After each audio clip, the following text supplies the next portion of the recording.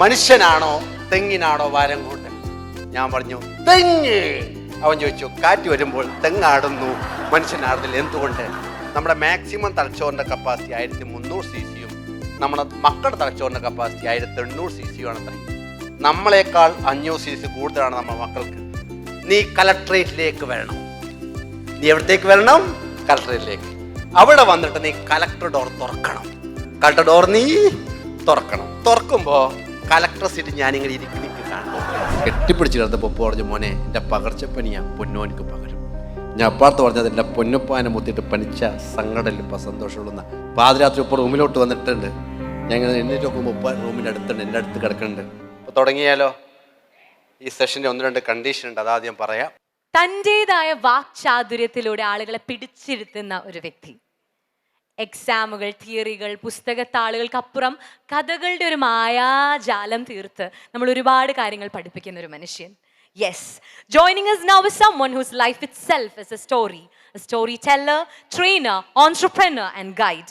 He's the founder of Storytellers Club in Kannur and has carved a niche for himself through impactful storytelling, mentoring and motivating young minds.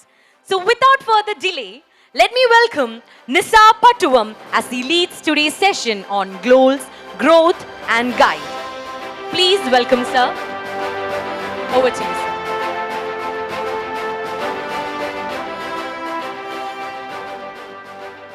തുടങ്ങാം.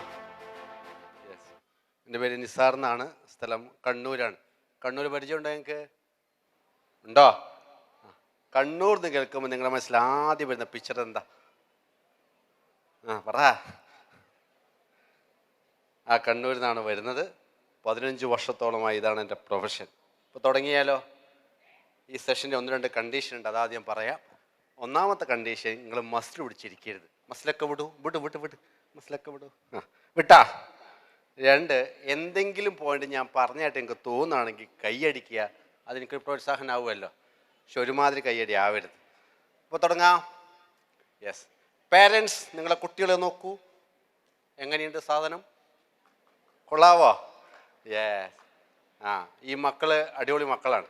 ഇപ്പോഴത്തെ മക്കളെക്കുറിച്ച് പറയുക, നമ്മളെക്കാൾ ബുദ്ധി കൂടുതലാണ് നമ്മളെ കുട്ടികൾക്ക് എന്നാ. പേരൻസിന് തോന്നിയിട്ടുണ്ടോ? അത് ഉണ്ടോ? യെസ്, എനിക്ക് തോന്നിയിട്ടുണ്ട്. ഈ ആന്ത്രപ്പോളജി ശാസ്ത്രം ഉണ്ട്, അത്രേ, നരവംശ ശാസ്ത്രം. അതനുസരിച്ച് ഭൂമിക്ക് 4 വയസ്സായെന്നാണ് പറയുന്നത്. ഭൂമിക്ക് എത്ര വയസ്സ്? 4 വയസ്സ്. ഭൂമിയുടെ 4ാമത്തെ വയസ്സ് ആരംഭിക്കുന്നത് 2000 മുതലാണ്. ഭൂമിയുടെ 4ാമത്തെ വയസ്സ് ആരംഭിക്കുന്നത് 2000 മുതലാണ്. ഭൂമിയുടെ 3ാമത്തെ വയസ്സിൽ ജനിച്ചവരും 4ാമത്തെ വയസ്സിൽ ജനിച്ചവരും തമ്മിൽ വ്യത്യാസം ഉണ്ടെന്നാണ്.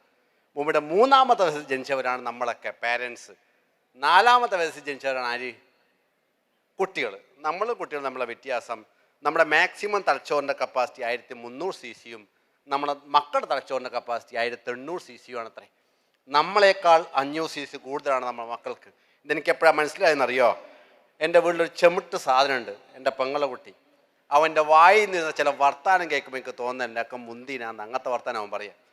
അവൻ പഴം കഴിക്കൂല. അവൻ ടിഫിൻ ബോക്സ് വരുമ്പോൾ പഴം വെച്ച് തിരിച്ചതുപോലെ പഴം കൊണ്ടുവന്നിട്ട് പറഞ്ഞു, ഞാൻ പഴം കഴിക്കൂല എന്ന് ഉമ്മ അറിയൂലെന്ന് വെച്ചു. ഉമ്മ പറഞ്ഞറിയാം. പിന്നെ എന്തിനാ പഴം വെച്ചേ? അപ്പോൾ ഉമ്മ പറഞ്ഞു, മോനെ നിൽക്കുന്ന പരീക്ഷയല്ലേ, പഴം കഴിച്ചാൽ ഓർമ്മശക്തി കൂടും. പഴം കഴിച്ചാൽ ഓർമ്മശക്തി കൂടും. നിൻ്റെ ഓർമ്മശക്തി കൂടാൻ വേണ്ടി ഞാൻ പഴം വെച്ചതെന്നാ.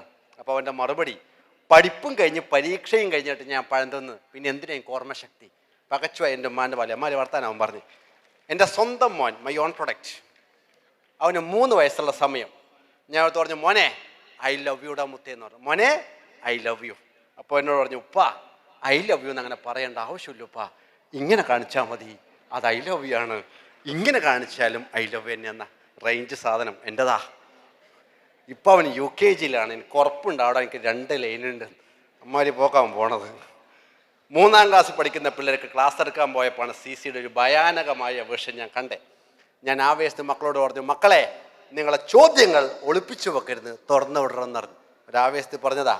ഒരു കുട്ടി എഴുന്നേറ്റ് പറഞ്ഞു, 3 ചോദ്യങ്ങൾ ചോദിക്കാനുണ്ട്. ഞാൻ അഹങ്കാരത്തെ പറഞ്ഞു, ചോദിക്കേ. കുട്ടി ചോദിച്ചു, എൻ്റെ അഹങ്കാരം തീർന്നു. ഒന്നാമത്തെ ചോദ്യം, നോബൽ സമ്മാനം കൊടുക്കുന്നതിൻ്റെ ക്രൈറ്റീരിയ എന്താണ്? എന്തടിസ്ഥാനത്തിൽ ഒരാൾക്ക് നോബൽ സമ്മാനം കൊടുക്കുക? എൻ്റെ അവസ്ഥ ആലോചിക്കുക നിങ്ങൾ. രണ്ടാമത്തെ ചോദ്യം, മലാല യൂസുഫ്സായിക്ക് നോബൽ സമ്മാനം കൊടുത്തത് ശരിയായോ സാർ? മൂന്നാമത്തത്, ഇന്ത്യ ചൈന അതിർത്തി ശരിയാണോ ഇടക്ക് ടിബറ്റില്ലേ? പകച്ചോ എൻ്റെ ബാല്യം കൗമാരി യൗവൻ അമ്മാര് ചോദ്യം ആ കുട്ടി ചോദിച്ചത്. അത് കഴിഞ്ഞപ്പോൾ തൊട്ടടുത്തോട്ട് വർഷം എനിക്കുണ്ട് ചോദ്യം. ഞാൻ അവിടെ തുറന്നുവിട്, മനുഷ്യനാണോ തെങ്ങിനാണോ ഭാരം കൂടുതൽ? ഞാൻ പറഞ്ഞു തെങ്ങ്.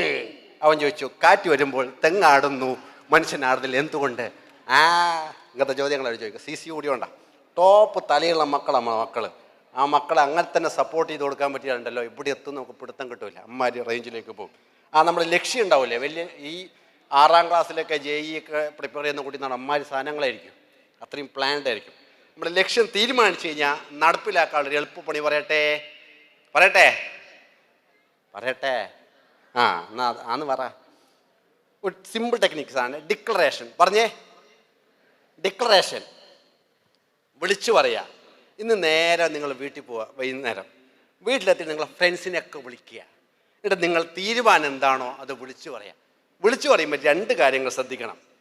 ഒന്ന് മാസ് ഡയലോഗിൽ വേണം പറയാൻ, 2 എനർജറ്റിക് പെർഫോമൻസ് വേണം. നിങ്ങൾ കളക്ടറാവെന്ന് വിചാരിച്ചു. എങ്ങനെ പറയും കളക്ടറാവുമെന്ന്? എങ്ങനെ പറയും? ഞാൻ കളക്ടറാവും പോരാ, മാസ് വേണം. കാണിച്ചേ കണ്ടോ? നിങ്ങൾ നേരെ ഇന്ന് വീട്ടിൽ പോവുക, ഫ്രണ്ട്സിനെ വിളിക്കുക. ആവേശം വേണ്ടേ? ഇങ്ങോട്ട് വാ ഇട്ടവരെ വിളിക്കുക. എന്നിട്ട് വർഷം പറയണം, അപ്പം അതിന് പവർ വരിക. 2030 ഒരു ഉദാഹരണത്തിന് 2030 എപ്പാ 2030 നീ കളക്ടറേറ്റിലേക്ക് വരണം. നീ എവിടത്തേക്ക് വരണം? കളക്ടറേറ്റിലേക്ക്. അവിടെ വന്നിട്ട് നീ കളക്ടർ ഡോർ തുറക്കണം. കളക്ടർ ഡോർ നീ തുറക്കണം. തുറക്കുമ്പോൾ കളക്ടർ സീറ്റ് ഞാനിങ്ങനെ എനിക്ക് കാണാം. ഈ ഡയലോഗ് മാത്രം നിങ്ങൾ പറഞ്ഞാൽ മതി, ബാക്കി അവന്മാർ പറഞ്ഞോളൂ ഇല്ലേ? ഈ ഡയലോഗ് നിങ്ങൾ പറഞ്ഞാൽ അവന്മാർ എന്ത് പറയും? വട്ട് കേസ്, എന്തോ പ്രശ്നമുണ്ട്, ദുരന്തം എന്നൊക്കെ പറയും. ഇത് പറയണം. 2 ഗുണങ്ങളാണുള്ളത്. ഒന്ന്, ഇവർ ഓർമ്മിപ്പിക്കും. നമ്മളിത് ഒരാഴ്ച കഴിഞ്ഞാൽ മറക്കും, ഫ്രണ്ട്സ് മറക്കൂല. ഓരോ ആൾക്കൂട്ടം വരുമ്പം ചോദിക്കും കിട്ടിയാ ആയാ. അപ്പോൾ നമുക്ക് ഓർമ്മ വരും അയ്യോ സാധനം. അതിലൂടെ പോകണം. നിങ്ങൾ വിളിക്കും കളക്ടർ, റിമൈൻഡർ ഉണ്ടാവും. അതാ ഒന്നാമത്തെ ഗുണം. 2, കളിയാക്കുന്ന ചില ഫ്രണ്ട്സ് ഉണ്ടാവൂലേ, അവന്മാരുടെ ഫോട്ടോ വാങ്ങി വെക്കണം, അല്ലെങ്കിൽ ഫോട്ടോ എടുത്ത് വെച്ചാൽ മതി ഫോണിൽ. എന്തിനറിയോ? എപ്പോഴെങ്കിലും തളർച്ച വരുമ്പോൾ മോട്ടിവേഷൻ, ഈ പഠിക്കാനുള്ള താല്പര്യമൊക്കെ പറയുമ്പോൾ ആ ഫോട്ടോ അങ്ങ് എടുത്ത് നോക്കിയാൽ അത് ഒടുക്കത്തെ മോട്ടിവേഷൻ. വാ, ഈ പറഞ്ഞൊന്നും എനിക്ക് അച്ചീവ് ചെയ്യാൻ പറ്റില്ലെങ്കിൽ, ഈ പറഞ്ഞോത്തേക്ക് എത്താൻ പറ്റിയില്ലെങ്കിൽ ഇവൻ്റെ മുമ്പിൽ ഇവളുടെ മുമ്പിൽ എങ്ങനെ നിൽക്കുന്ന ആലോചിച്ചാൽ മതി. അവന്മാർ പറയും എന്തൊക്കെയായിരുന്നു മലപ്പുറം കത്തി, അമ്പും വില്ലും മിഷിയും ഗണ്ണും ഒലക്കേൻ്റെ മൂട്. അവസാനം പവനായി ശവമായി. ഫ്രണ്ട്സ് അടുത്ത് പറയണം എൻ്റെ ഫ്രണ്ട് കളക്ടർ ആവാൻ തീരുമാനിച്ചു. ഞാൻ അടുത്ത് പറഞ്ഞു ഡാ ഇത് നാട്ടുകാരത്ത് മുഴുവൻ നീ പറയണം. അവൻ പറഞ്ഞു ഞാൻ ഇത് പറയൂല. ഞാൻ പറഞ്ഞു നീ അത് പറയൂല്ലെങ്കിൽ ഞാൻ പറഞ്ഞോളാം. നാട്ടു മുഴുവൻ ഫ്ലാഷാക്കി. വയസ്സായ അമ്മൂമ്മരെ ചോദിക്കാൻ തുടങ്ങി മോനെ എപ്പോഴാണ് നീ ആവുക? അപ്പോൾ 50 ഡയലോഗുണ്ട്. എല്ലാം റെഡിയാണ്. ഇനി 2 എക്സാമും ഒരു ഇൻ്റർവ്യൂ ബാക്കിയുള്ളൂ. എന്നാ സിവിൽ സർവീസിനാകെ 2 എക്സാമും ഒരു ഇൻ്റർവ്യൂ ഉള്ളൂ. അവസാനം ഗതികെട്ടവൻ നാട് വിട്ട് ഡിക്ലെയർ ചെയ്യണം. നമുക്കൊരു സ്വപ്നമുണ്ട്, അത് നമുക്ക് മാത്രം അറിയില്ലെങ്കിൽ എപ്പോൾ വേണമെങ്കിൽ പിന്മാറാം. ശരിയല്ലേ? ഫ്രണ്ട്സിനോട് മുഴുവൻ പറഞ്ഞാലോ പിന്മാറാനുള്ള ഓപ്ഷൻ ഇല്ലാണ്ടാവും. ഡിക്ലെയർ ചെയ്യുക. ഞാൻ എൻ്റെ എല്ലാ തീരുമാനം ഡിക്ലെയർ ചെയ്യണം. ഞാൻ എടുത്ത 4 തീരുമാനങ്ങളാണ്, കുഞ്ഞു തീരുമാനങ്ങളാണ്. 1, ഇന്ത്യക്ക് പോകാത്ത വിദേശ രാജ്യം പോയി ക്ലാസ് എടുക്കണം, കുഞ്ഞാഗ്രഹം. 2, ഒരു കാറ് വാങ്ങണം. 3, ഒരു കല്യാണം കഴിക്കണം. 4, ഉമ്മാക്കുപ്പാക്ക് ആഗ്രഹമുണ്ട് ഉംറക്ക് പോകണം, ഉമ്മാനി ഉപ്പാനി ഉംറക്ക് അയക്കണം. 1ാമത്തെ ഇന്ത്യക്ക് പോകാത്ത വിദേശ രാജ്യം പോയി ക്ലാസ് എടുക്കലായിരുന്നു. Sharjah, Abu Dhabi, Dubai, Ajman, Qatar ഇങ്ങനത്തെ എല്ലാ രാജ്യങ്ങളും പോയി ക്ലാസ് എടുത്തു തിരിച്ചു വന്നു. സംഭവിച്ചു. കൈയടിക്കടാ. 2, കാറ് വാങ്ങലാണ്. അത് ഞാൻ വാങ്ങി. പക്ഷേ ഒരു പ്രശ്നമുണ്ട്, എനിക്ക് ഡ്രൈവിങ് അറിയൂല. അതിനാ കയ്യടിയല്ലേ? ലൈസൻസ് ഉണ്ട്. അതെങ്ങനെയാണെന്നല്ലേ? കറക്റ്റ് H വരക്കാൻ പഠിച്ച ലൈസൻസ് എടുത്തേ. എല്ലാ റോഡും H പോലെ അല്ലല്ലോ, ചിലത് S പോലതും ചിലത് Y പോലെയൊക്കെ ഉണ്ടാവില്ലേ. അതിൻ്റെ എല്ലാ ബുദ്ധിമുട്ടും ഞാൻ അനുഭവിച്ചു. ആദ്യമായി സ്വതന്ത്രമായി വണ്ടി ഓടിച്ച ദിവസം, beautiful and memorable day. Brake ഓട്ടിയാൽ വണ്ടി നിൽക്കും, ആക്സിലേറ്റർ ഓട്ടിയാൽ വണ്ടി പോവും. അതിലെ വണ്ടിയുടെ ബേസിക് സയൻസ്. ചെറിയൊരു അബദ്ധം പറ്റി. ബ്രേക്ക് ഓട്ട സിറ്റുവേഷൻ വന്നപ്പോൾ ഞാൻ ചവിട്ടിയത് ആക്സിലേറ്റർ ആയിരുന്നു. പിന്നെ ആ വണ്ടി എന്നൊരു മതിലിന് നടുക്ക്, 2 സൈഡിലും മതിൽ നടുക്ക്. ഞാൻ ഫസ്റ്റ് ടൈമൊക്കെ ഞാൻ വണ്ടി ഓടിക്കുമ്പോൾ ഒരു പ്രസിഡൻ്റ് വണ്ടി പോകേണ്ട ഫീലാണ് എൻ്റെ വണ്ടിക്ക്. ഫ്രണ്ടിൽ എൻ്റെ വണ്ടി ഉണ്ടാവും, നേരത്തെ കുറേ വണ്ടി ബാക്കിലായിട്ട് ഇങ്ങനെ വെച്ചിട്ടുണ്ടാവും. ബ്ലോക്കായിട്ട് ഞാൻ മൊത്തം ബ്ലോക്കാവും. അങ്ങനെ എത്ര ബ്ലോക്ക് ഉണ്ടാക്കിയെന്നറിയോ? അതിൽ ഏറ്റവും best performance, career best performance ഉണ്ടാവില്ലേ? ഞാൻ ഉണ്ടാക്കിയ ഏറ്റവും ടോപ്പ് ബ്ലോക്ക് പയ്യന്നൂർ എന്ന് പറഞ്ഞ ടൗണുണ്ട് കണ്ണൂർ ജില്ലയിൽ. അത് കിടിലം ബ്ലോക്ക് ചെയ്യുന്നു. വിഷുവിൻ്റെ തലേ ദിവസം വൈകുന്നേര സമയം റഷ് ടൈം. ഞാൻ ടൗണിൻ്റെ സെൻറ്ററോടെ വണ്ടി വളച്ച് റോഡിൻ്റെ സെൻറ്റർ എത്തിയപ്പോൾ വണ്ടി അങ്ങ് ഓഫായി. പിന്നെ വണ്ടി സ്റ്റാർട്ടാവുന്നുണ്ട്, മൂവ് ആവുന്നില്ല, അതാ പ്രശ്നം. ബ്ലോക്ക് ശക്തമായി, ബസ്സും കാറൊക്കെ വെയിറ്റ് ചെയ്യാൻ ഞാൻ അവിടെ സ്റ്റാർട്ടായി കളിക്കുകയാണ്. ബ്ലോക്ക് ശക്തമായപ്പോൾ പോലീസുകാരൻ എൻ്റെ അടുത്ത് ഇങ്ങനെ കാണിച്ചു. ഞാൻ പോലീസുകാരനോട് ഇങ്ങനെ കാണിച്ചു. അയാൾ വന്ന് വണ്ടിയത്ത് സ്റ്റേഷനിൽ കൊണ്ടുവച്ചിട്ട് പറഞ്ഞു, മോനെ 500 രൂപ ഫൈൻ, ബ്ലോക്ക് ഉണ്ടാക്കിയ വക. എനിക്ക് നഷ്ടം തോന്നിയില്ല. കിടിലം ബ്ലോക്ക്, 3 കിലോമീറ്റർ മൊത്തം വണ്ടി.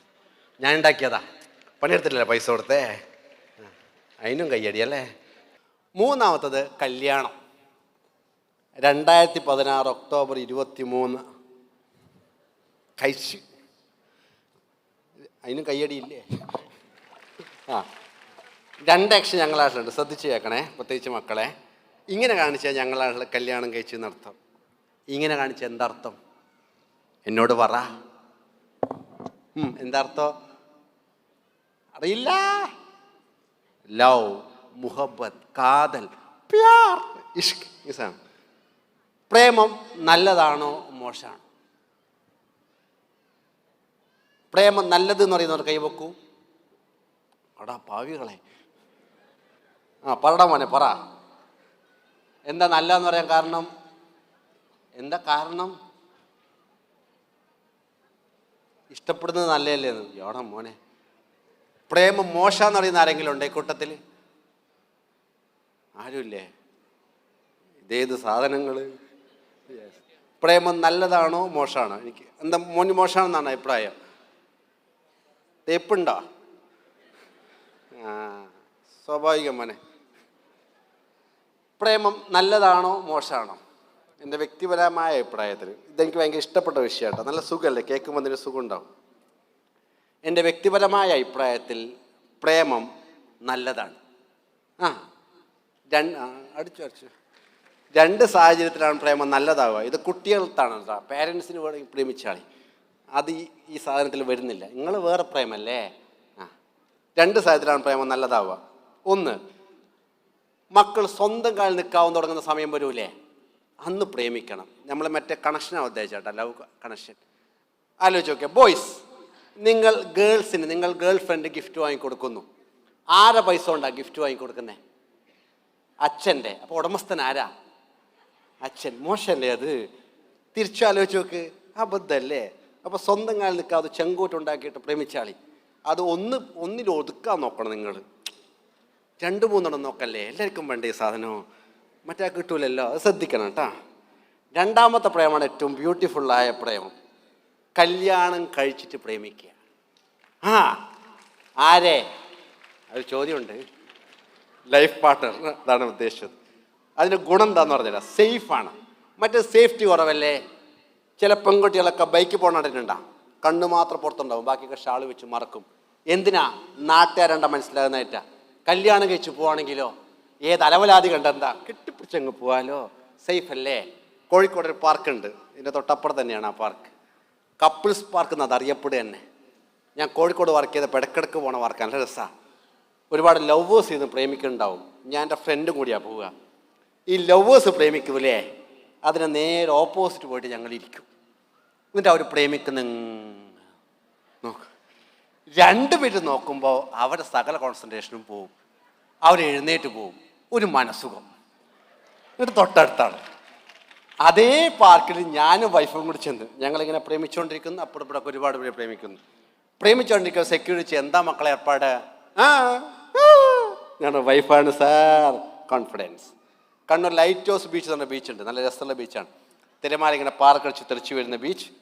ബീച്ച് സൈഡിൽ നീണ്ട ഇരിപ്പത്തെ സൈഡിലേക്ക് എൻ്റെ വൈഫ്, അവിടെ മടി തലവെച്ച് കിടക്കുന്ന ഞാൻ.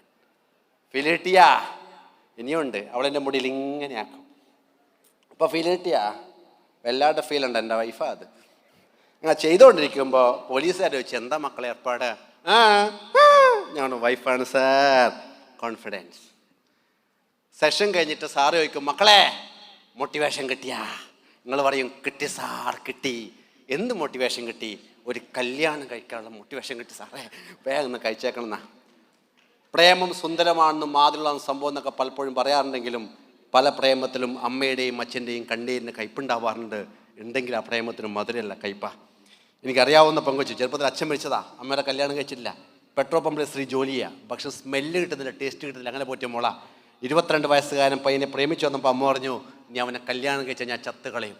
മകൾ തിരിച്ചു പറഞ്ഞത്, നിങ്ങൾ ചത്താലും ഞാൻ അവനെ കല്യാണം കഴിച്ച് ഇയാളുടെ കോളേജ് ഫംഗ്ഷൻ വന്നപ്പോൾ ഇട്ട ഡ്രസ്സിൻ്റെ സ്ഥലം കീറിയിട്ടുണ്ടായ ഡ്രസ്സ് വാൻ പ്രാപ്തിയില്ല. മരിക്കാൻ കിടക്കുന്ന അച്ഛനെ ഉപേക്ഷിച്ച മകനുണ്ട്, ക്യാൻസർ മുറിച്ചിട്ട് കിടക്കുക മനുഷ്യൻ, 10-12 ദിവസം കൂടെ മരിക്കും. അച്ഛൻ മരിക്കുന്നത് കാത്തിരിക്കാത്ത അച്ഛനെ ഉപേക്ഷിച്ച മകൻ. ഒരു പെൺകുട്ടി ഒളിച്ചോടി ആ നാട്ടുകാർ മുഴുവൻ പറഞ്ഞിട്ടും അമ്മയച്ഛനെ വിശ്വസിച്ചില്ല. എൻ്റെ മോൾ ഒളിച്ചോടില്ല എന്നാണ് പറഞ്ഞേ. 3 പകലും 2 രാത്രിയും ജില്ലയിൽ എല്ലാ പോലീസ് സ്റ്റേഷൻ കയറിയ ആൾക്ക് വേണ്ടി 4-ാമത്തെ ദിവസം ചെക്കനോടി പെൺകുട്ടി വന്നപ്പോൾ തകർന്നു പോയ ഹൃദയമായിരുന്നു അമ്മയുടെയും അച്ഛൻ്റെയും. കരഞ്ഞുകൊണ്ട് കോടതി വെച്ച് ചോദിക്കുമല്ലോ, ആരുടെ കൂടെ പോകണം ചോദിക്കുമ്പോൾ, ഈ ചെക്കൻ്റെ കൂടെ പോകണോ ആ അച്ഛൻ്റെ കൂടെ പോകണം ചോദിക്കുമ്പോൾ, അച്ഛൻ വിളിഞ്ഞുണ്ടെങ്കിൽ ശരീര അയാളുടെ രക്തം മുഴുവൻ ഈ മകൾക്ക് വേണ്ടി വേർപ്പാക്കി ഒഴുക്കിയതാ. അച്ഛനെ വേണ്ട ഈ ചെക്കനവധി എന്ന് പറഞ്ഞപ്പോൾ ഈ അമ്മ ഗർഭം ചുമക്ക സമയത്ത് അമ്മ ശുശ്വാസമല്ലേ മക്കൾക്ക് കൊടുക്കുക, അമ്മ കഴിച്ച ഭക്ഷണത്തിൻ്റെ ഊർജ്ജമല്ലേ മക്കൾക്ക് കൊടുക്കുക, അമ്മയെ വേണ്ടെന്ന് പറഞ്ഞപ്പോൾ തകർന്നു പോയ ഹൃദയം അമ്മയുടെയും അച്ഛൻ്റെയും. കരഞ്ഞുകൊണ്ട് കോടതി വരാന്തപ്പെടുന്ന കാച്ചിപ്പിൻ്റെ മനസ്സിലുണ്ട്. മക്കളെ, നമ്മൾ ഒരുപാട് പ്രേമിക്കുന്നുണ്ടാവും, അവരൊക്കെ നമുക്ക് കുറച്ച് പ്രായശേഷം പ്രേമിക്കുക. ലോകത്തിൽ 2 പേര് നമ്മൾ ജനിക്കുന്നതിന് മുമ്പ് പ്രേമിച്ച്. നമ്മൾ പ്രേമിക്കുന്നവരൊക്കെ സൗന്ദര്യം കണ്ടോ മറ്റൊന്നും കണ്ടോ പ്രേമിക്കുന്നുണ്ടാവുക. ലോകത്തിൽ 2 പേര് നമ്മൾ ജനിക്കുന്നതിന് മുമ്പ് പ്രേമിച്ച്. എന്നമ്മയുടെ ഗർഭപാത്രം നമ്മൾ രൂപപ്പെട്ടു വന്നു മുതൽ നമ്മൾ സ്വഭാവം എന്നറിയാതെ, രൂപ എന്നറിയാതെ, നമ്മളെക്കുറിച്ച് ഒന്നും അറിയാതെ പ്രേമിച്ച അമ്മയും അച്ഛനും. ലേബർ റൂമിലോട്ട് കയറുമ്പോൾ എല്ലാ അമ്മയ്ക്കും അറിയാം ഏറ്റവും വേദനാജനകമായ പ്രോസസ്സാണ് അനുഭവിക്കാൻ പോകുന്ന. എന്നിട്ടും എല്ലാ അമ്മയും ചിരിച്ചോടെ ലേബർ റൂമിലോട്ട് കയറുക. അത്രയും പ്രേമാണ് നമ്മളോട്. കൈയടിക്കടാ, മാസല്ലേ. അയ്യോ,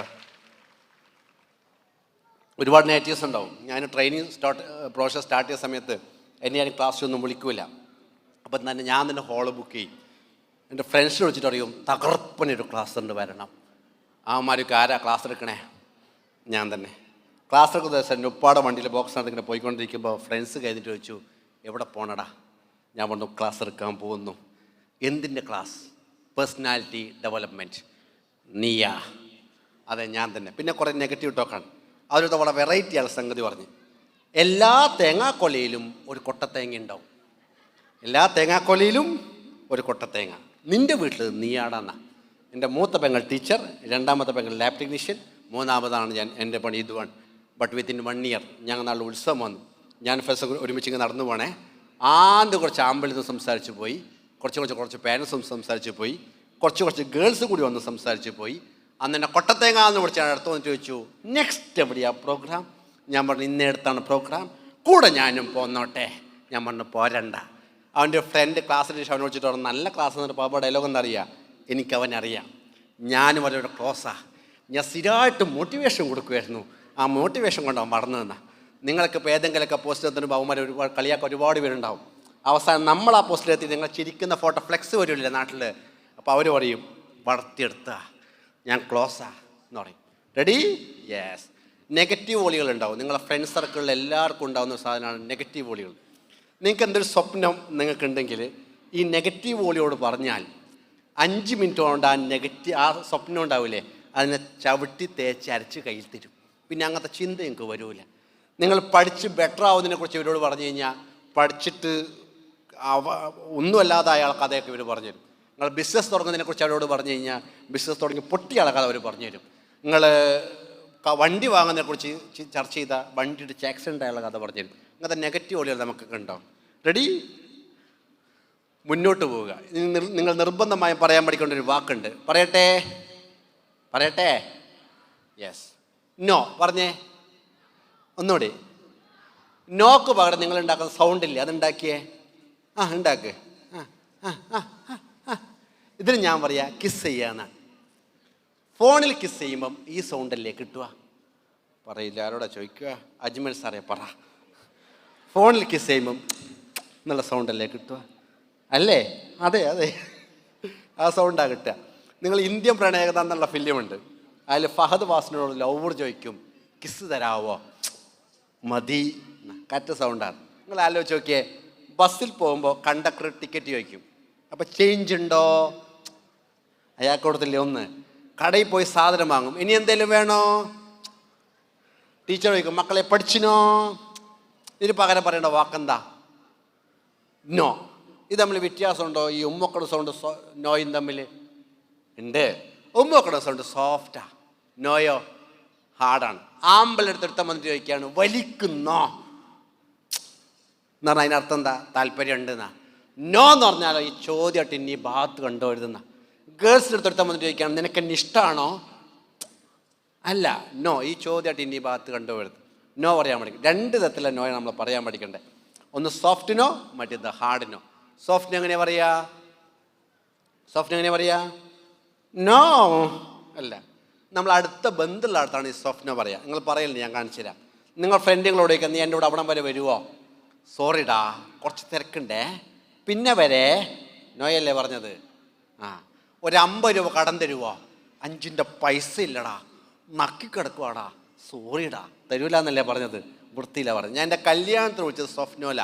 മെസ്സേജ് അയച്ച് 23-ന് എൻ്റെ കല്യാണമാണ്, പ്രാർത്ഥിക്കണം. അതിനർത്ഥം എന്താ? വരണ്ട. ഇപ്പം ചിലവന്മാർ മെസ്സേജ് അയച്ചു ചോദിച്ചു വരണ്ടേ? ഇപ്പം ഞാൻ റിപ്ലൈ അയച്ചു നിങ്ങളുടെ സാന്നിധ്യത്തേക്കാൾ ഞാൻ വിലമതിക്കുന്ന നിങ്ങളുടെ പ്രാർത്ഥനക്കാണ്. തീരെ വേണ്ടാന്ന് അതിനർത്ഥം സോഫ്റ്റിന്. റെഡി? രണ്ടാമത്തത് ഹാർഡിനോ എന്ന് പറഞ്ഞാൽ കട്ടക്ക് പറയാ. വേണോ? വേണ്ട. ഇഷ്ടമാണോ? അല്ല. വരുന്നുണ്ടോ? ഇല്ല. ഒറ്റ വർത്താനം, കടക്ക് പുറത്ത്. അത് ഏറ്റവും കൂടുതൽ പറയാൻ പഠിക്കേണ്ട ആരാ? ഗേൾസോ ബോയ്സോ? ആര് പഠിക്കണം? പറ. രണ്ടാളും പഠിക്കണം. 2 സ്ഥലങ്ങളിലായിരിക്കും എന്ന് മാത്രമേ ഉള്ളൂ. ബോയ്സ് പറയേണ്ട സ്ഥലം ഏതായിരിക്കും? ലഹരി ഉണ്ടാവൂലേ ആ സാധനം. അതിനോട് നോ പറയാൻ പഠിക്കണം. പല രീതിയിൽ അത് മാർക്കറ്റ് ചെയ്യുക. ജയിലിൽ ക്ലാസ് ഉണ്ടാവും.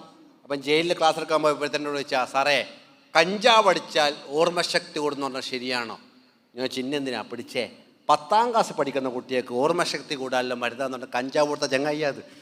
അതിന് പോലീസ് പിടിച്ച് കൊണ്ടുവന്നവനെ. അങ്ങനത്തെ പല രീതിയിൽ ഒരു മാർക്കറ്റ് ചെയ്യുക. അതിന് ഗുണമൊന്നും ഉണ്ടാവില്ല കേട്ടോ. കിളി പോവും, പിന്നെ തിരിച്ചു വരില്ല കിളി. എൻ്റെ നാളിൽ 2 പോയത്, വന്നിട്ടില്ല. ഗേൾസ് നോ പറയേണ്ട സ്ഥലം ഏതായിരിക്കും? ഞരമ്പ് രോഗികളായ അലവലാദികൾ പല രൂപത്തിൽ പല ഭാഗത്തുണ്ടാവും. അവരോട് നമ്മൾ എങ്ങനെ പ്രതികരിക്കും? നോ. ബസ് എന്നൊരാൾ ശല്യം ചെയ്ത് എങ്ങനെ പ്രതികരിക്കും? ഗേൾസ് പറ. ബസ് എന്നൊരാൾ ശല്യം ചെയ്ത് എങ്ങനെ പ്രതികരിക്കും നിങ്ങൾ? ആദ്യം എന്ത് ചെയ്യും? ആരെങ്കിലും ഒന്ന് പറ. അടിക്കുക. നോക്കും, ഒന്നാമത്തെ സ്റ്റെപ്പ്. പിന്നെ അടുത്ത സ്റ്റെപ്പ് മാന്യമായി പറയും. 3 സ്റ്റെപ്പാണ് ഉള്ളത്. ആദ്യത്തെ രൂക്ഷമായ നോട്ടം. 2 മാന്യമായി പറയാം. നമ്മൾ മാറിയിരിക്കുകയല്ല വേണ്ടത്, അയാളെ മാറ്റി നിർത്താണ് വേണ്ടത്. 3ാമത്തെ ടോപ്പ് സ്റ്റെപ്പ് എന്തായിരിക്കും? ടപ്പേന്ന് പറഞ്ഞു. അതിനേക്കാൾ സേഫായ വേറെ വഴിയുണ്ട്. ബസ്സിൽ കുറേ ആളുണ്ടാവൂലേ? Come on everybody, enjoy enjoy. അവർ ചെയ്തോളാം, നമ്മൾ മോട്ടിവേഷൻ കൊടുത്താൽ മതി. ഇതാണ് ഒന്നാമത്. ഇനി ഒറ്റക്കുള്ള സമയത്തുള്ള ശല്യം ചെയ്യാൻ വന്നാലോ? വഴിയുണ്ട്. സൗണ്ട് ഉണ്ടാക്കുക, പ്രൈവറ്റ് സ്പേസിൽ നിന്ന് പബ്ലിക് സ്പേസിലേക്ക് മാറുക. ഇങ്ങനെ കുറേ വഴികളുണ്ട്. അവസാന തടവ് ഞാൻ കാണിച്ചു തരാം. ഇതൊന്നും നടക്കുന്നില്ലേ? ഇങ്ങനെ നിൽക്കുക. മുദ്ര ശ്രദ്ധിക്കണേ. മുദ്ര ശ്രദ്ധിച്ചാൽ നമ്മൾ ഓടാൻ നിൽക്കൂലേ, അതേപോലെ നിൽക്കുക. അയാൾ നോക്കി ചിരിക്കുക. എന്തിനാ ചിരിക്കുന്നല്ലേ? ഒരാൾ എക്സ്പെക്റ്റ് ചെയ്യുന്നതിന് നേരെ ഓപ്പോസിറ്റ് ഇമോഷൻ വന്നാൽ റിയാക്ഷൻ ലേറ്റ് ആവും. ഇപ്പം അയാൾ വിചാരിക്കും നിങ്ങൾ പേടിക്കുന്നല്ലേ. ചിരിച്ച അയാൾ വിചാരിക്കും എന്താ ചിരിക്കുന്നേ? ആ സമയത്ത് ടപ്പേന്ന് പറഞ്ഞു കൊടുക്കും ഒറ്റോട്ടോട്. റിയാക്ഷൻ ലേറ്റ് ആവും. പ്രതികരിക്കണം. എന്നെ വളരെ വേദനിപ്പിച്ച മരണമാണ് സൗമ്യയുടെ മരണം. സൗമ്യ നിങ്ങൾക്ക് അറിയുണ്ടാവും. ഗോവിന്ദച്ചാമിയാൽ വധിക്കപ്പെട്ട പെൺകുട്ടിയാണ് സൗമ്യ. രാത്രി 7 മണിക്കാണ് സൗമ്യ അറ്റാക്ക് ചെയ്യപ്പെടുന്നത്. ട്രെയിനിൽ വരുമ്പോൾ ഈ ഗോവിന്ദച്ചാമി അറ്റാക്ക് ചെയ്യാൻ വന്നപ്പോൾ സൗമ്യ ട്രെയിനിൽ നിന്ന് ചാടുക ചെയ്തേ. ചാടിയപ്പോൾ ആ മോൾ തലയടിച്ചാൽ വീണേ. തലയടിച്ചപ്പോൾ ആ മോളെ ബോധം പോയി. ബോധം പോയ ആ മോളെയാണ് ആളെ പീഡിപ്പിക്കുന്നത്. പീഡിപ്പിക്കപ്പെട്ട് സൗമ്യ ആദ്യമായിട്ട് കണ്ടിരുന്ന സുഹൃത്തിൻ്റെ ഏട്ടനാ. അയാളെ മുണ്ടാണ് അവളെ പൊതിപ്പിച്ചത്. ചാടുകയല്ല വേണ്ടത്, പ്രതികരിക്കുകയാണ് വേണ്ടത്. നോ പറയാൻ പഠിക്കണം. ഇന്ന് ഞങ്ങൾ വൈകിട്ട് വീട്ടിലെത്തിയിട്ട് നിങ്ങളെ അമ്മ നിങ്ങളോട് ചോദിക്കും മോളെ പാത്രം കഴുകുക. അപ്പോൾ നിങ്ങൾ എന്ത് പറയും? നോ. റെഡി? ആലോചിച്ച് പറഞ്ഞാൽ മതി കേട്ടാ. ക്ലിയർ അല്ലേ? യെസ്. ഇനി ഫാമിലി റിലേഷൻഷിപ്പ് വളരെ ഇമ്പോർട്ടൻ്റ് ആണ് അല്ലേ? നിങ്ങൾ ഇവിടെ ഫാമിലി ആയിട്ടല്ലേ വന്നത്? ഒന്ന് എഴുന്നേറ്റിക്കും എല്ലാവരും. ജസ്റ്റ് ഒന്ന് എഴുന്നേറ്റിക്കും. എന്നിട്ട് വലത്തോട്ടേക്ക് തിരിയുക, റൈറ്റ് സൈഡിലേക്ക്, നേരെ വലതുവശത്തേക്ക്. എന്നിട്ട് അയാളുടെ ഷോൾഡറിലൊന്ന് അമർത്തി തിരിഞ്ഞ് ചെയ്ത് കൊടുത്താൽ, ഒന്ന് മസാജ് ചെയ്ത് കൊടുത്താൽ. ചോദിച്ചിട്ട് ചെയ്താൽ മതി, തല്ല് വാങ്ങണ്ട.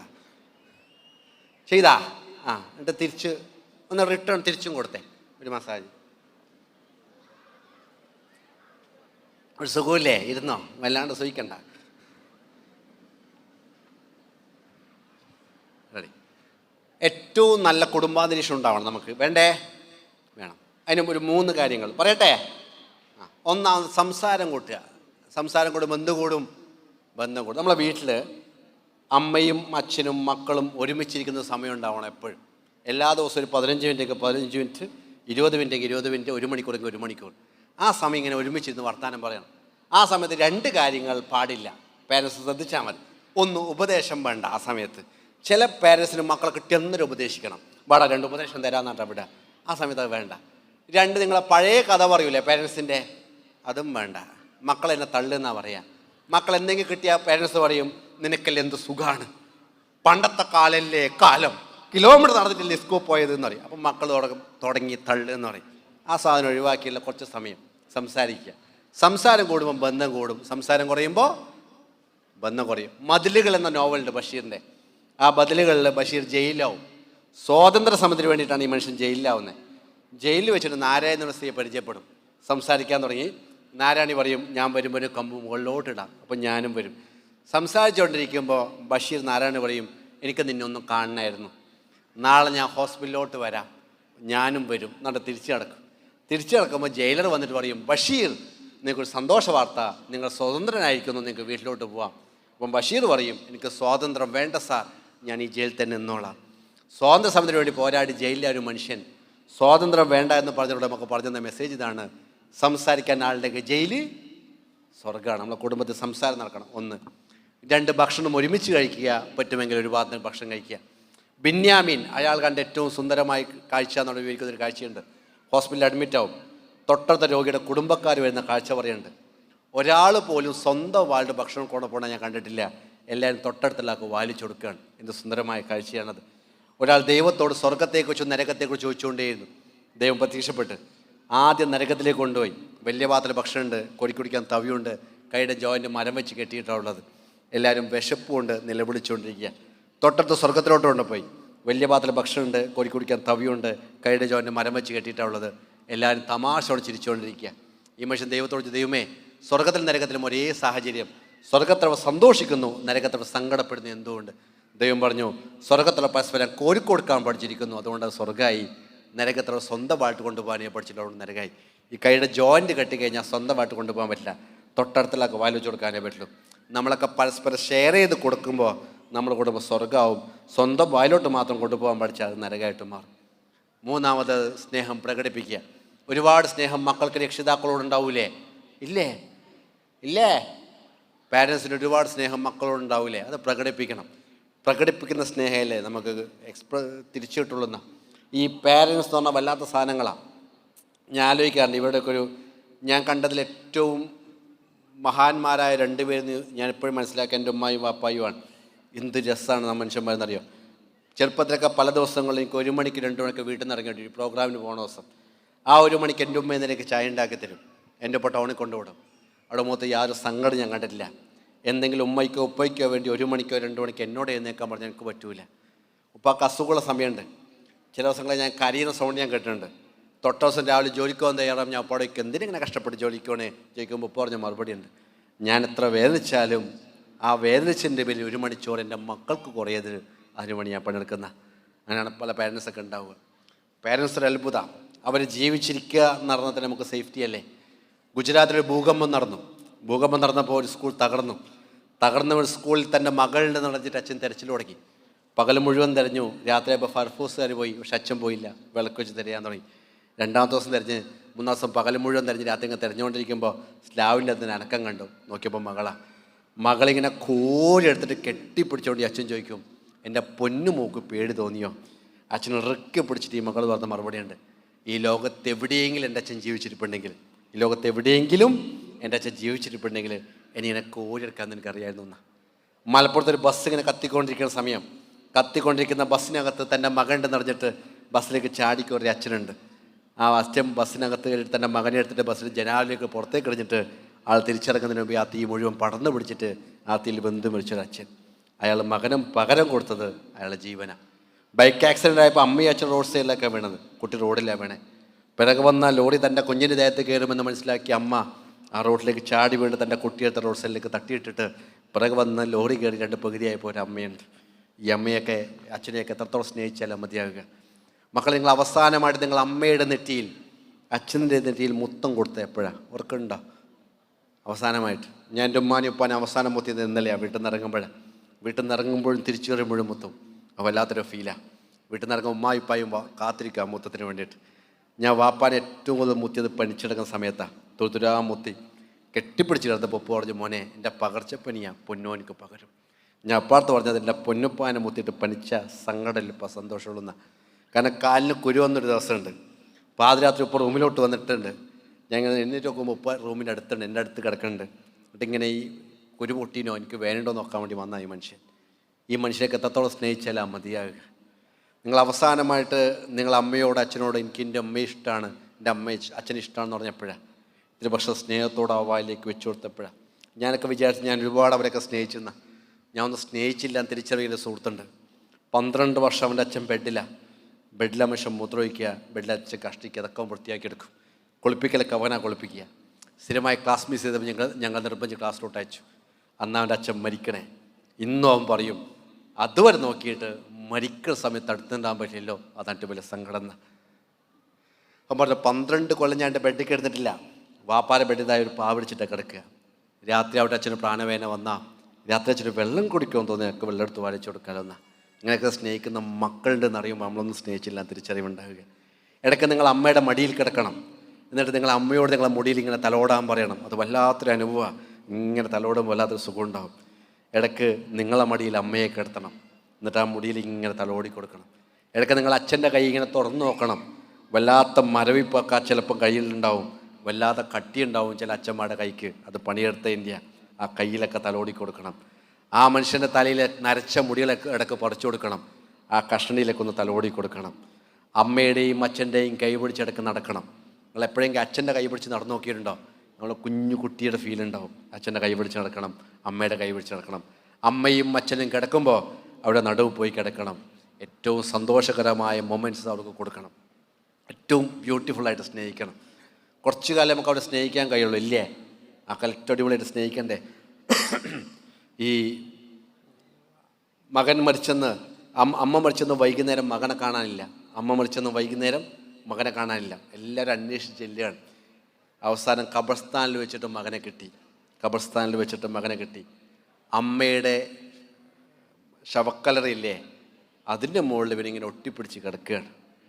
അമ്മയുടെ മാറത്ത് ഒട്ടിപ്പിടിച്ച് കിടന്നിട്ട് അവർക്ക് കൊതിയുന്നിട്ടില്ല അത്രേ. കുറച്ച് കാലം നമുക്ക് അവിടെ സ്നേഹിക്കാൻ പറ്റുള്ളൂ. അത് ഏറ്റവും ബ്യൂട്ടിഫുള്ളായിട്ട് സ്നേഹിക്കണം. അമ്മയെ സ്നേഹിക്കുമ്പോൾ പ്രത്യേകം മണം കിട്ടും അമ്മയുടെ നെറ്റിയിൽ നിന്ന്. അച്ഛനെ മുത്തുമ്പോൾ വേറൊരു മണമാണ് കിട്ടുക.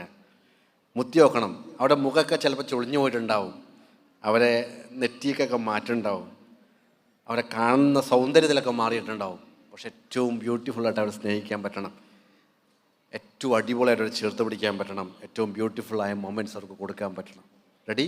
ആ പേരൻസ് കുട്ടികൾ ഒരുമിച്ചുള്ള ആളുകളല്ലേ, ഒന്ന് എഴുന്നേറ്റേക്കാവോ? പേരൻസും കുട്ടികൾ ഒരുമിച്ചുള്ള ആളുകൾ ഒന്ന് എഴുന്നേറ്റേക്ക് നിന്നാ. രക്ഷിതാക്കൾ ഒരു ഗംഭീരമുത്ത് നിങ്ങളെ മക്കളെ നെറ്റി കൊടുത്തേ. അത് നിങ്ങൾ ഇടക്കിടക്ക് കൊടുക്കണം കേട്ടാ. രക്ഷിതാവിൻ്റെ മുത്തം കെട്ടി പുറത്തു പോകുന്ന മക്കൾ വഷളാവൂല എന്നാണ് ഞാൻ വിശ്വസിക്കണേ, അല്ലേ? അത് കൊടുക്കണം.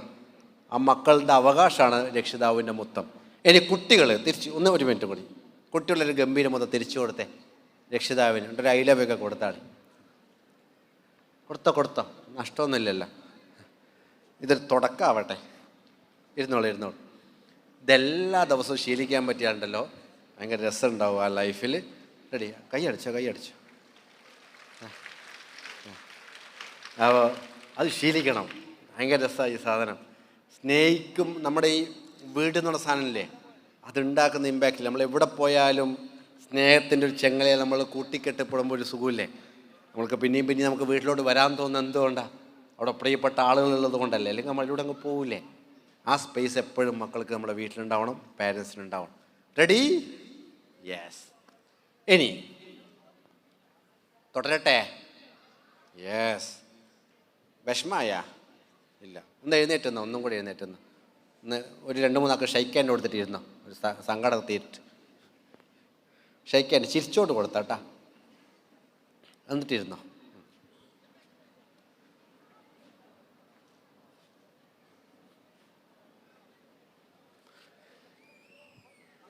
അതില്ലേ? ഇനി നിങ്ങൾ ഇഷ്ടപ്പെട്ട മേഖലയിലോട്ട് പോകണം. നമ്മൾ കരിയർ അല്ലെങ്കിൽ ഒക്കെ ബിൽഡ് ചെയ്യുമ്പോൾ ഇഷ്ടപ്പെട്ട ജോലി ചെയ്യണം, ഇഷ്ടപ്പെട്ട മേഖലയിലോട്ട് പോകണം. ഇഷ്ടപ്പെട്ട ജോലി ചെയ്യുമ്പോൾ പ്രത്യേക സുഖം ഉണ്ടാവും. രാവിലെ എഴുന്നേറ്റിട്ട് ജോലിക്ക് പോകുമ്പോൾ പ്രത്യേക എനർജി കിട്ടും, ഇല്ലേ? നമുക്ക് ഇഷ്ടമുള്ള ജോലിയാണെങ്കിൽ. വൈകുന്നേരം എത്ര മണി വരെ പണിയെടുത്താൽ നമുക്ക് ക്ഷീണം ഉണ്ടാവില്ല, ടയേർഡാവില്ല, പിന്നെയും പിന്നെ വല്ലാത്തൊരു ആവേശം ഉണ്ടാവും. ആ നമ്മുടെ ജോലിക്ക് കിട്ടുന്ന കുഞ്ഞു കുഞ്ഞു അച്ചീവ്മെൻറ്റ്സ് ഉണ്ടാവില്ലേ, ആ കുഞ്ഞു കുഞ്ഞു സന്തോഷങ്ങൾ ഉണ്ടാവില്ലേ, നമുക്ക് വലിയ ഹാപ്പിനെസ് ആയിട്ട് മാറും. ഇഷ്ടമല്ലാത്ത ജോലിയാണ് ചെയ്യുന്നതെങ്കിൽ ഓരോ ദിവസവും രാവിലെ ജോലിക്ക് പോകുമ്പോൾ വല്ലാത്തൊരു വിഷമം ഉണ്ടാവും, സങ്കടം ഉണ്ടാവും. ഓരോ ദിവസവും മരിച്ചുകൊണ്ടിരിക്കുകയാണ്. ഇഷ്ടമല്ലാത്ത ജോലി ചെയ്യുന്നവർ ഓരോ ദിവസവും മരിച്ചുകൊണ്ടിരിക്കുന്നു. ഇഷ്ടമുള്ള ജോലി ചെയ്യുന്ന ആൾ ഓരോ ദിവസവും ജീവിച്ചുകൊണ്ടിരിക്കുന്ന. ഇഷ്ടമുള്ള ജോലി ചെയ്യുക. റെഡി? നമ്മുടെ സ്കില്ലിനാണോ താല്പര്യത്തിനാണോ നമ്മൾ പ്രയോറിറ്റി കൊടുക്കേണ്ടത്? നിങ്ങൾ പറ, സ്കില്ലിനാണോ താല്പര്യത്തിനാണോ പ്രയോറിറ്റി കൊടുക്കേണ്ടത്? നിങ്ങളെ അഭിപ്രായം പറയൂ.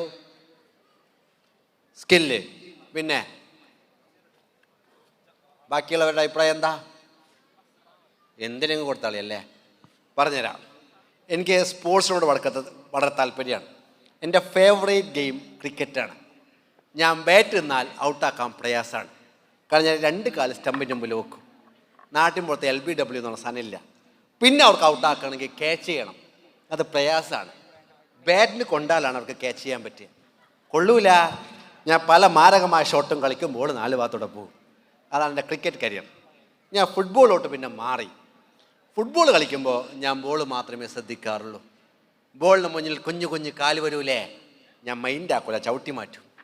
അങ്ങനെ 2 പേരുടെ കാലിന് ഫ്രാക്ചറായി. പിന്നെ അവരുടെ അടുത്ത് പറഞ്ഞു, നീ ഗ്രൗണ്ടിൽ ഇറങ്ങണ്ട, ഗോളി നിന്നാൽ മതി. പിന്നെ എൻ്റെ ദുരന്ത കാലഘട്ടമാണ്. നിങ്ങൾ ശ്രദ്ധിക്കണം. ഇത് പോസ്റ്റ്, ഇത്ര അടുത്ത പോസ്റ്റ്, ഇവിടെ ബോള്, ഗോളി ഇവിടെ. മെല്ലെ അടിച്ചാൽ പോരെ, സ്ട്രൈക്കർക്ക് അവർ പവറിലേ അടിക്കും. ഞാൻ മാറിക്കൊടുക്കും. എനിക്ക് നാളെയും കളിക്കണ്ടേ, ഇവർക്ക് ചിന്തയുണ്ടോ, എൻ്റെ ടീം തോക്കും. എനിക്ക് ഈ 2 ഭയങ്കര താല്പര്യമാണ്. പക്ഷെ എന്തില്ല? സ്കില്ലില്ല. നമ്മൾ സ്കില്ല് ഫോക്കസ് ചെയ്യണം. അതിൻ്റെ കൂടെ എന്തുകൂടി നോക്കണം? താല്പര്യം. ഈ താല്പര്യവും സ്കില്ല് ഒരുമിച്ച് വന്നാലുണ്ടല്ലോ, അല്ല പിടിച്ചാൽ കിട്ടില്ല എന്നാണ് പറയുക. ഇനി താല്പര്യം കൊണ്ട് സ്കില്ലിനെ ഓവർകം ചെയ്ത ആളുകളുണ്ട് കേട്ടോ. മമ്മൂട്ടി ഇൻബോൺ ആക്ടറല്ല, ഡെവലപ്പ് ചെയ്ത ആക്ടറാണ്. ക്രിസ്ത്യാന് ഇമ്പോളായിട്ട് വലിയ പ്ലെയർ ഒന്നല്ല, ഡെവലപ്പ് ചെയ്ത പ്ലെയറാണ്. അതും പോസിബിളാണ്. റെഡിയല്ലേ? യെസ്. അതിനോട് 2 ഫിലോസഫി കൂടി പറയട്ടെ? യെസ്. ഇതിൽ കോഴിക്കോടുകാർ കൈവക്കിയേ. കോഴിക്കോടുകാർ ഇത്രയുണ്ടോ? ഭൂരിപക്ഷം ഉണ്ടല്ലേ? എന്നാൽ പറയാം. കോഴിക്കോടിനെ കുറിച്ച് എൻ്റെ ഒരു അഭിപ്രായം പറയട്ടെ. ബാക്കി ജില്ലക്കാർക്ക് വിഷമം തോന്നണ്ട. കോഴിക്കോടിനൊരു വല്ലാത്തൊരു സൗന്ദര്യമല്ലേ? യെസ്. കോഴിക്കോടിൻ്റെ സൗന്ദര്യമായിട്ട് എനിക്ക് തോന്നിയത് കോഴിക്കോടിൻ്റെ കൾച്ചറാണ്.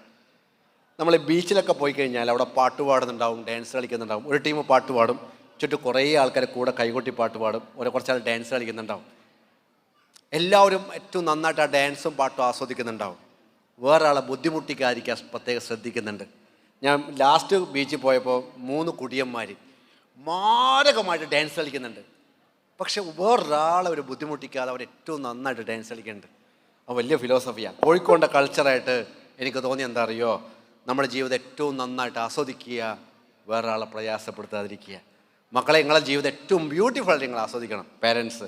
പക്ഷെ അത് വേറൊരാളെ പ്രയാസപ്പെടുത്താതിരിക്കാൻ ശ്രദ്ധിക്കണം. അതിൻ്റെ കൂടെ നമുക്ക് ഒരു സ്കില്ലും കൂടി വേണം. നമ്മൾ ഈ ചൈൽഡ്ഹുഡില്ലേ, നമ്മുടെ പാരൻസിൻ്റെയൊക്കെ ചൈൽഡ്ഹുഡ് അടിപൊളിയായിരുന്നില്ലേ? അല്ലേ? പറ.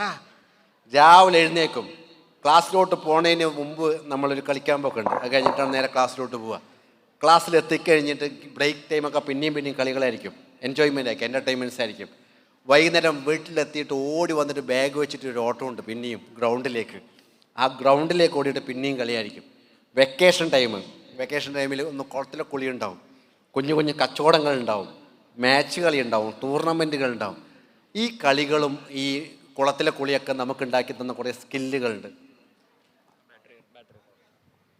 ഈ സ്കില്ലുകളും ഈ കളികളും ഈ എൻ്റർടൈൻമെൻറ്റ്സൊക്കെ നമുക്ക് ഉണ്ടാക്കി തന്ന കുറേ സ്കില്ലുകളുണ്ട്. നമ്മൾ ഈ സ്കൂളിൽ നിന്നും കോളേജിൽ നിന്നൊക്കെ കുറേ അക്കാദമിക്സ് കിട്ടും, ഇല്ലേ?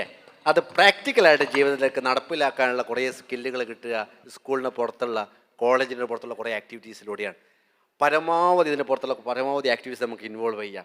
അപ്പോഴാണ് നമുക്ക് കുറച്ചും കൂടി ഗ്രോ ചെയ്യാൻ പറ്റുക, കുറേ കൂടി വളരാൻ പറ്റുക. അതും ശ്രദ്ധിക്കുക. ക്ലിയർ അല്ലേ? അതിലൂടെ വേറൊരു സാധനം കൂടെ ശ്രദ്ധിച്ചാൽ മതി.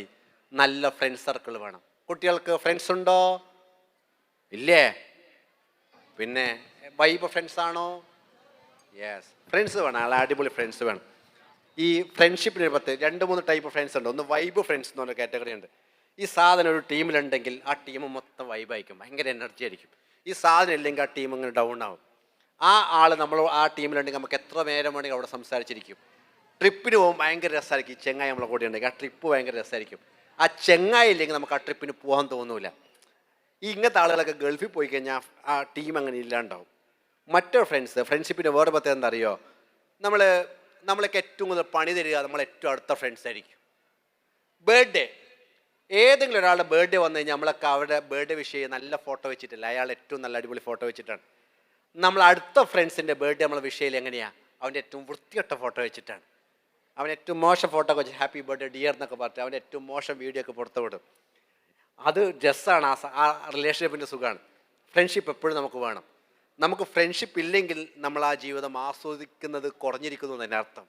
ഫ്രണ്ട് സർക്കിൾ വേണം. നമ്മുടെ ജീവിതത്തിൽ ഓട്ടപ്പാച്ചിനിടയിൽ നമ്മൾ ആ ഫ്രണ്ട്സിനുള്ള കണക്ഷൻ ചിലപ്പോൾ കുറഞ്ഞേക്കാം, മീറ്റ് ചെയ്യുന്ന സമയം കുറഞ്ഞേക്കാം. പക്ഷേ ഫ്രണ്ട്ഷിപ്പ് ഇല്ലാത്തൊരു ലോകം ഉണ്ടാവരുത്. എപ്പോഴും നമുക്ക് ഫ്രണ്ട്സ് വേണം. ആ ഫ്രണ്ട്സാണ് നമ്മുടെ എൻജോയ്മെൻറ്റ്. ആ ഫ്രണ്ട്സാണ് നമ്മുടെ ലൈഫ് ഏറ്റവും കൂടുതൽ ബ്യൂട്ടിഫുൾ ആക്കുക.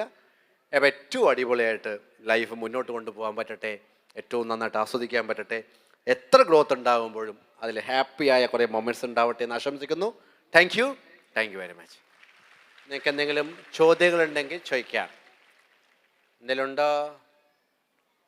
വൃത്തിയിട്ട ചോദ്യം ആവരുത്. അല്ലാത്ത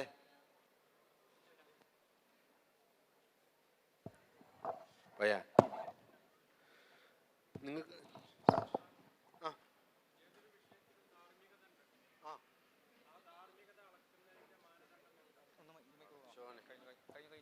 ചോദിക്കണ്ടേനു.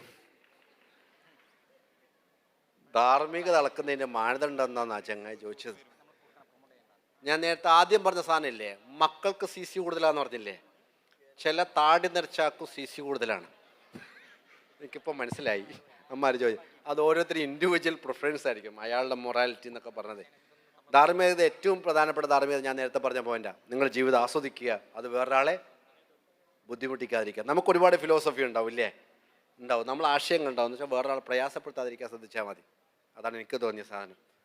വല്ലാത്ത ചോദ്യങ്ങൾ ചോദിച്ചത്. അതിൽ സച്ചിൻ്റെ ആത്മകഥയിൽ ഒരു പരാമർശമുണ്ട്. സച്ചിൻ്റെ ആത്മകഥയില്ലേ, പ്ലേയിങ് ഇറ്റ് മൈ വേ. അതിൽ സച്ചിൻ്റെ അച്ഛൻ സച്ചിനോട് കൊടുക്കുന്നൊരു ഉപദേശത്തെക്കുറിച്ച് പറയുന്നുണ്ട്. സച്ചിൻ്റെ അച്ഛൻ സച്ചിനോട് പറയുന്നത്, നീ 20 വർഷമോ 25 വർഷമോ ക്രിക്കറ്റ് കളിച്ചേക്കാം, 50 വർഷമോ 60 വർഷമോ നീ ജീവിച്ചേക്കാം. സച്ചിൻ നല്ല ക്രിക്കറ്റ് കളിക്കാരനാണ് എന്ന് പറഞ്ഞു കേട്ടില്ലെങ്കിൽ എനിക്കൊരു സങ്കടമില്ല. സച്ചിൻ നല്ലൊരു മനുഷ്യനാണെന്ന് എല്ലാവരും പറയണം. നിങ്ങൾ ഏത് മേഖല ആയിക്കോട്ടെ, ഏത് പ്രൊഫഷൻ ആയിക്കോട്ടെ, നല്ല മനുഷ്യനാകുക. അതാണ് ധാർമ്മികത. വേറെ എന്തെങ്കിലും ചോദിക്കാനുണ്ടോ? ചോദിക്കണ്ടെന്ന് തോന്നുന്നുണ്ട് എനിക്ക്. അവിടെ ഒരാൾ കൈവക്കിക്കണ്ട്. അങ്ങ് ലാസ്റ്റ്.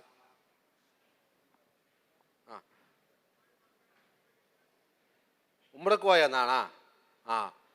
അത് നടന്നില്ല. എന്താ വെച്ചാൽ ഉപ്പാടെ ഫിസിക്കൽ കണ്ടീഷൻ അത്ര ഗുഡല്ല. ഒരു തവണ നമ്മൾ അതിൻ്റെ എൻഡ് വരെ എത്തിയിരുന്നു. ഫിസിക്ക് സമ്മതിക്കണില്ല, അതുകൊണ്ട് പോയില്ല. അതന്നെയല്ലേ ചോദ്യം? യെസ്. നിങ്ങൾ മാഷാ? അല്ല, അവിടെ നിന്ന് ചോദിച്ചു, ഇവിടം വരെ എത്തിയല്ലോ. യെസ്. വേറെ ആയിരിക്കും ചോദിക്കാനുണ്ടോ? ഈ സ്ഥാപനം നിങ്ങളെടുക്കുന്ന ഇനീഷ്യേറ്റീവ്, അജ്മൽ ഭായിയും ടീമും എടുക്കുന്ന ഇനീഷ്യേറ്റീവ് വളരെ ഗ്രേറ്റ് ആണ്. കാരണം നമ്മുടെയൊക്കെ എപ്പോഴും IIT കുറിച്ചും JEE കുറിച്ചൊക്കെ ചിന്തിക്കുന്നത് +2 ശേഷമാണ്. ചെറിയ മക്കൾക്ക് അതിൻ്റെ ബേസ് ഇപ്പോഴേ കിട്ടി തുടങ്ങിയാലുണ്ടല്ലോ, ആ ഗ്രോത്ത് കുറേ, ആ അച്ചീവ്മെൻറ്റ്സ് കുറേ കൂടി ഫാസ്റ്റ് ആവും. വളരെ പെട്ടെന്ന് അവർ ഉദ്ദേശിച്ച ഒരു ലോകത്തേക്ക് അവർക്ക് എത്താൻ പറ്റും. അത് വലിയൊരു ലോകമാട്ടോ IIT ഒക്കെ. നിങ്ങൾ മക്കളെ വെറുതെ ഒന്ന് IIT ഒന്ന് കാണിക്കണം എന്നല്ല അഭിപ്രായക്കാരനാണ് ഞാൻ. വെറുതെ ഒന്ന് ആ ക്യാമ്പസ് ഒന്ന് കാണിക്കുക, നമ്മളൊക്കെ കിളി പോവും. ഞാൻ അലിഗർ മുസ്ലിം യൂണിവേഴ്സിറ്റി പോയിട്ടുണ്ട് മുമ്പ്. 7700 ഏക്കറയാണ്, 7300 ഏക്കറയാണ് അത്ര അലിഗർ മുസ്ലിം യൂണിവേഴ്സിറ്റി ക്യാമ്പസിൻ്റെ സൈസ്. ആലോചിച്ച് നോക്കി നിങ്ങൾ. 5 കിലോമീറ്റർ 6 കിലോമീറ്റർ സൈസുള്ള ക്യാമ്പസ്. ഒന്ന് രസമായിരിക്കും ആ ക്യാമ്പസ്, അടിപൊളിയായിരിക്കും. നല്ല ശമ്പളത്തിൽ നിങ്ങൾക്ക് ജോലി കിട്ടും, അത് അവിടുത്തെ ഗുണമാണ്. IIT പഠിച്ചാൽ നല്ല എക്സ്പോഷർ കിട്ടും, നല്ല ഫാക്കൽറ്റീസ് ആണ് പഠിപ്പിക്കുക, അടിപൊളി ഫാക്കൽറ്റീസ് പഠിപ്പിക്കും. പിന്നെ ലാംഗ്വേജ് ഫ്ലുവൻ്റ് ആവും, ലോകം മുഴുവൻ നമുക്ക് ഫ്രണ്ട്സ് ഉണ്ടാവും. അടിപൊളിയല്ലേ? അതുപോലത്തെ ക്യാമ്പസിലേക്ക് പോകാൻ പ്ലാൻ ചെയ്ത മക്കളാണിവർ. ഈ ഉദ്ദേശം X&Yയുടെ ഈ പ്രൊജക്റ്റും ഇവരുടെ എല്ലാ പ്രൊജക്റ്റുകളും ഏറ്റവും ഗംഭീരമായ വിജയമാവട്ടെ. ഭാവിയിൽ IITയിലും NITയിലും IIMലൊക്കെ എത്തുന്ന മക്കളായിട്ട് നിങ്ങളുടെ മക്കൾ മാറട്ടെ, ഏറ്റവും നല്ല മക്കളായിട്ട് കൂടി മാറട്ടെ എന്ന് ആശംസിക്കുന്നു. Thank you very much. കാണാട്ടാ.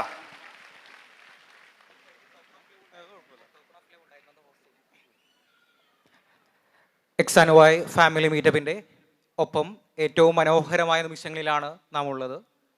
ലോകം മുഴുവൻ വെളിച്ചം നേടാൻ കെൽപ്പുള്ള രൂപത്തിൽ തോമസ് ആൽവ എഡിസനെ മാറ്റിയിട്ടുള്ളത് ഒന്നും പറ്റില്ല എന്ന് പറഞ്ഞെഴുതിയൊരു കത്ത് അമ്മ മാറ്റി വായിച്ചതിലൂടെയായിരുന്നു. ശ്രീനിവാസ രാമാനുജന കെൽപ്പിലേക്ക് വളർത്തിയെടുക്കാൻ വേണ്ടി GH ഹാർഡി കടൽ താണ്ടി ഇന്ത്യയിലേക്ക് വരേണ്ടി വന്നു. പുരാണത്തിൽ നോക്കുകയാണെന്നുണ്ടെങ്കിൽ ഒരു മിത്തായിട്ടുള്ള ഏകലവ്യനെ പോലും അത്തരത്തെ രൂപപ്പെടുത്താൻ വേണ്ടിയിട്ട് ദ്രോണാചാര്യരുടെ ഒരു പ്രതിമ മതിയായിരുന്നു. സോ ഇത്തരത്തിൽ ഓരോ വ്യക്തികളെയും സ്വാധീനിക്കുന്നത് ചിലരുടെ നോട്ടങ്ങളാവാം, തലോടലുകളാവാം, ചില പറച്ചിലുകളാവാം. എക്സ് ആൻഡ് വൈയുടെ ഓരോ കുട്ടിക്കും അവരുടെ തുടക്കം മുതൽ ഒടുക്കം വരെ മനോഹരമായിട്ടുള്ള ഒരു തലോടലാണ് എക്സ് ആൻഡ് വൈ ടീം നൽകുന്നത്. ഒപ്പത്തിൻ്റെ കൂടെ കുട്ടികൾക്ക് അവരുടെ തുടക്കം എങ്ങനെ നേടേണ്ടതുണ്ട്, അവരുടെ വിജയം എങ്ങനെ ആവേണ്ടതുണ്ട് എന്നതിൽ തുടങ്ങി രക്ഷിതാക്കളുടെ ജീവിത രീതികൾ, അതോടൊപ്പം തന്നെ ഒരു തലോടലിലൂടെ ഞങ്ങളോട് സംവദിച്ച സാറിന് വളരെ ഹൃദയം നിറഞ്ഞ ഒപ്പം ടീമിൻ്റെ നന്ദി അറിയിക്കുന്നു. Thank you so much.